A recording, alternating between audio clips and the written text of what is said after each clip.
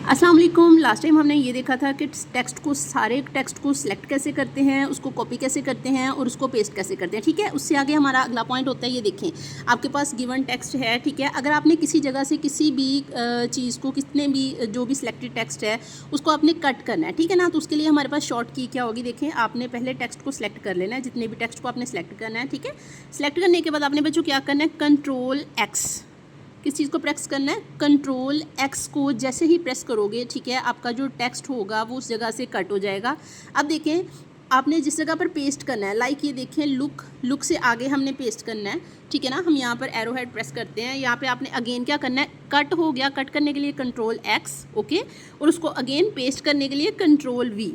ठीक है, ये आपका टेक्स्ट जो भी था वो पेस्ट हो गया। ठीक है, अगर आपने कंट्रोल वी से नहीं करना तो आपने जिस जगह पर भी टेक्स्ट को पेस्ट करना है वहाँ पर आपने मूव करवाना है। ठीक है, आपने क्या करना है, सिंपल आपने राइट क्लिक करना है। ठीक है, अपने माउस पर जैसे ही राइट क्लिक करोगे तो देखो यहाँ पे पेस्ट का ऑप्शन जो है वो ऑन है, आपने सिंपल पेस्ट पे क्लिक कर देना है, आपका जो भी टेक्स्ट है वो पेस्ट हो जाएगा। क्लियर।